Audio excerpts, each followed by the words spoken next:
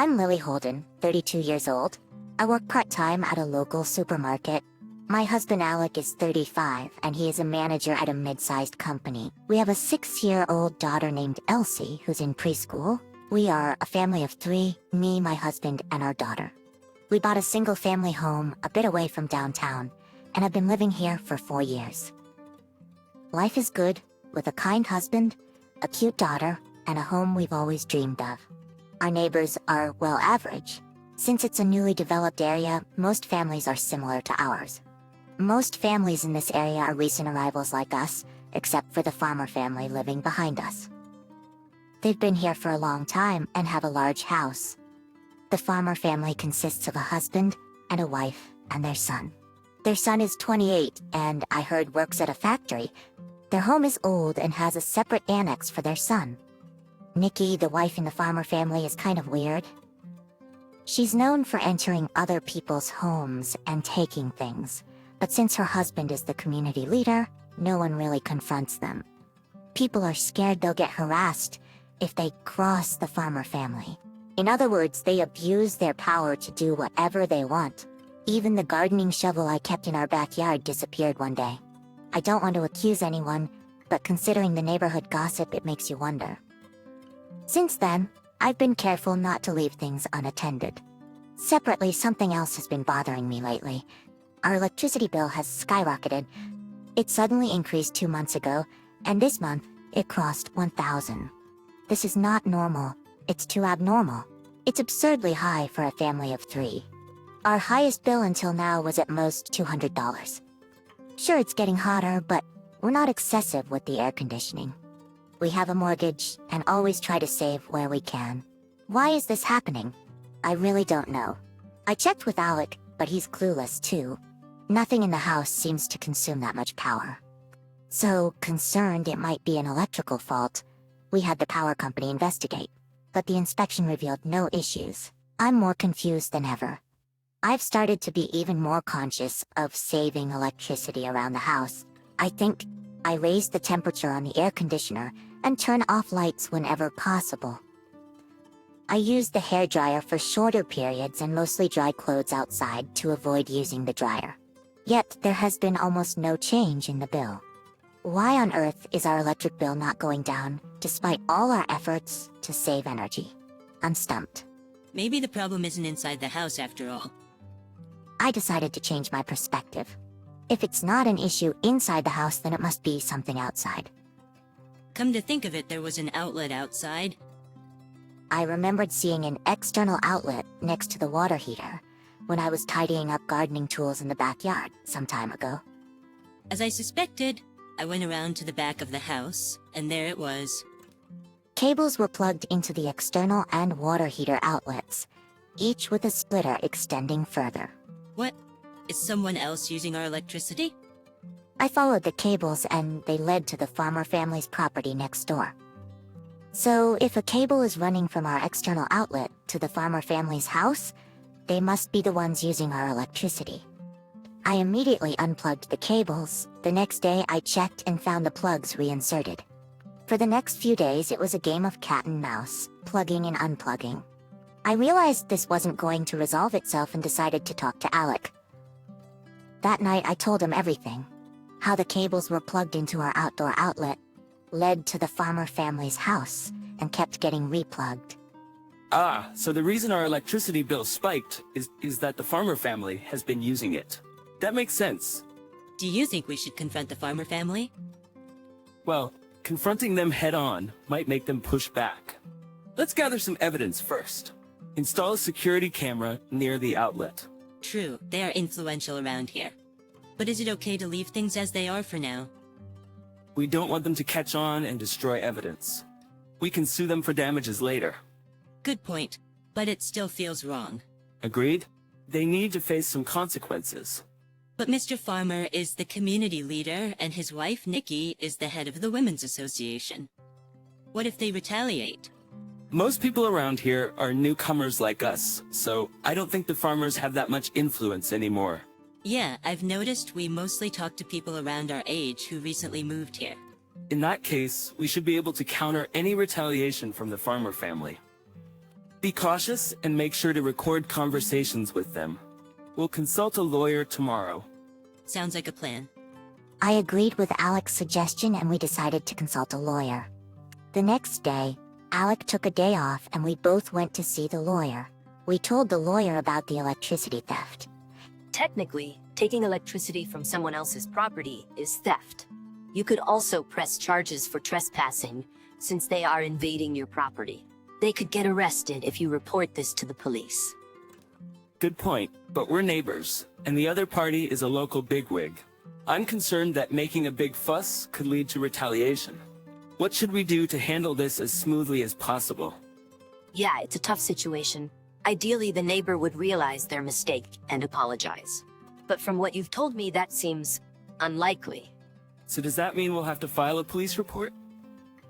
That makes me a bit anxious, considering what might happen later. But this is a real crime causing real harm. If you insist on handling it amicably, maybe you should talk to them directly. Alright, I'll try that. Thank you. After taking the lawyer's advice, I went to the farmer family's home alone the next day for a discussion. Nervous but determined, I headed to the farmer family home. Of course, I was recording the conversation. Hello, I'm Holden, and I live in the house behind yours. Oh, you're Holden. What brings you here? Nikki was the one who came out. I noticed an electrical cord running from my house into your property.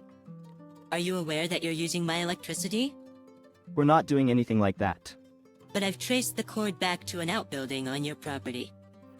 Ah, that must be for my son Brian's aquarium. He keeps tropical fish, and they do need a lot of electricity. Why are you using my electricity? Why not just use your own? I don't know, you'd have to ask Bryant. You're his mother. Shouldn't you know what your son is up to? Then please ask Bryant. Bryant isn't home right now. Please ask him when he gets back. What time is Mr. Bryant coming home? Bryant isn't here right now. He'll be home after 7 p.m. You can ask him then. Alright, I'll come back around that time. She was quite an unpleasant person. I thought she lacked a sense of responsibility even about her own son. So, I returned to the farmer family home when I thought Bryant would be back. Bryant was there, but he was a quiet, gloomy guy. As I was explaining the situation again, Bryant led me to his room in the outbuilding. Wow, beautiful. I couldn't help but exclaim as he led me into the room. One room in the annex was spectacular. The entire wall was lined with aquariums filled with dazzling tropical fish. It was like a small aquarium. Each tank had a circulating pump and heater, all connected by cords to an electrical outlet. Bryant looks smug as he speaks. Beautiful, isn't it? Did you enjoy it? It's nice, but that's not the issue right now. But you enjoyed looking at this, so we're good, right? Wait, what do you mean we're good? Bryant says something incomprehensible.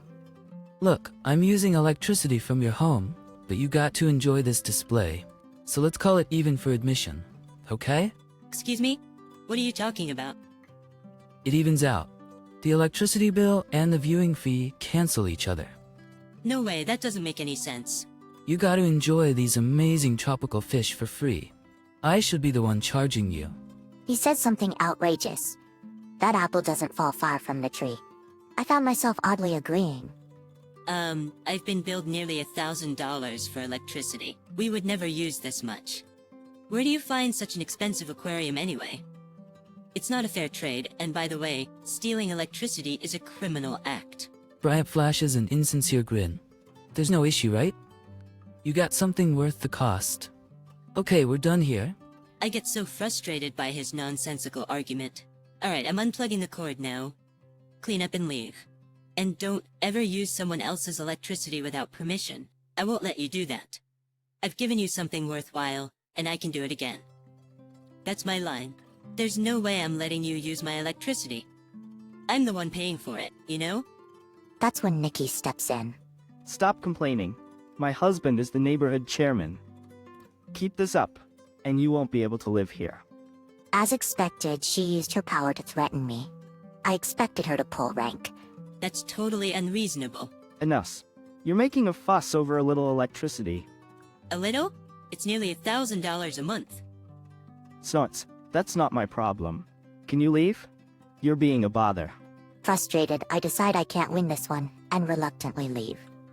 This is hopeless. I go home and report to Alec, who had returned. What's wrong with that woman? Well, she's worse than we imagined. So what do we do? Alec puts his hand on his chin, thinking. I have an idea. What? How about we take a vacation? What are you talking about? Are you crazy? At a time like this? Hoping he had some sort of plan, I couldn't help but shout at Alec's misplaced words. Grins mischievously. Don't you think you're getting a little too worked up, Louie? Let's take a break for a day. I think Elsie would love it too. What are you even thinking about? Come on, don't say that. I'll take care of booking the hotel. Also, could you empty out the fridge? I became more and more confused about what Alec was thinking. Wait, are we gonna be stuck eating frozen meals for a while? That's fine. I'm just planning the trip. Alec's answer only made my heart hurt. So we decided to take a weekend trip at the end of the month.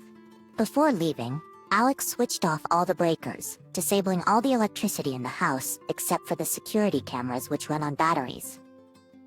Alright, we're all set? Let's go. Sure, whatever. I don't even know anymore.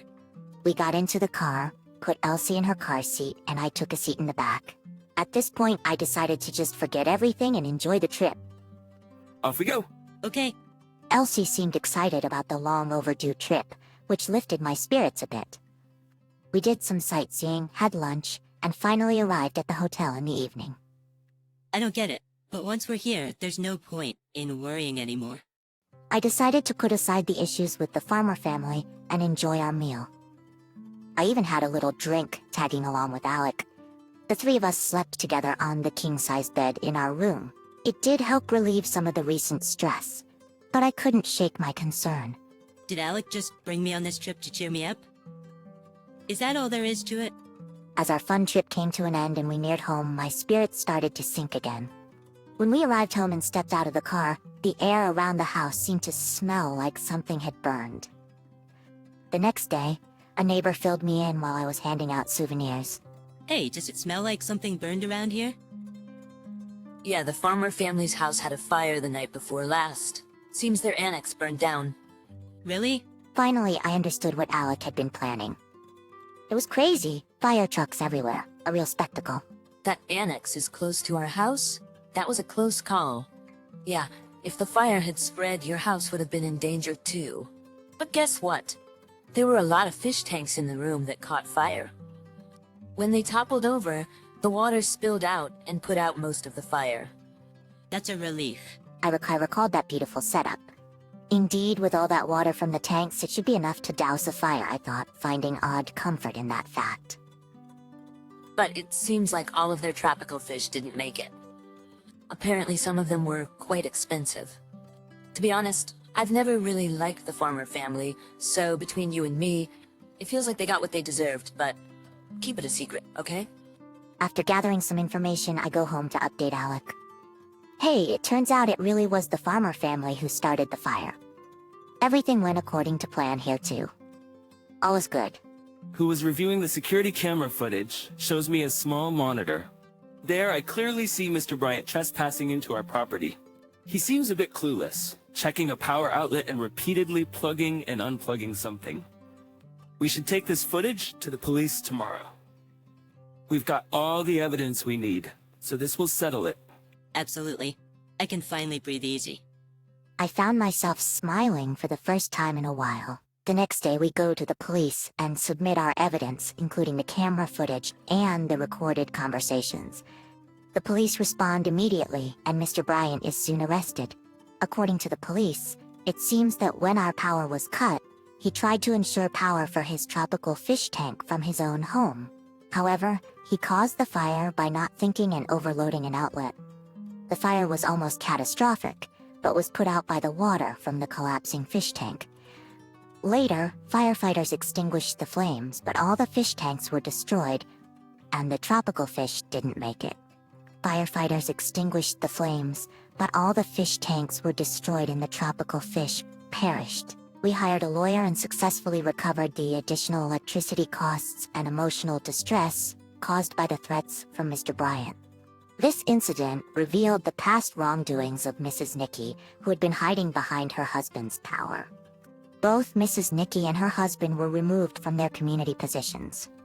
The news of the fire and Mr. Bryant's electricity theft spread, causing the farmer family to lose their standing in the community. Their house is big, so it's not something they can easily dispose of and move. It seems they have no choice but to continue living there quietly to escape from their bad reputation and public scrutiny. As for Mr. Bryant, he was released on probation. He has since quit his job and seems to have become a recluse. For me, all the disputes have been resolved and my electricity bill is back to normal. I'm spending my days looking forward to Elsie starting elementary school next year. Even my friend, who was also troubled by the farmer family, said, "Life has been easier since the farmer family calmed down. Oh, but keep it a secret, okay?" May this town continue to be a comfortable place to live.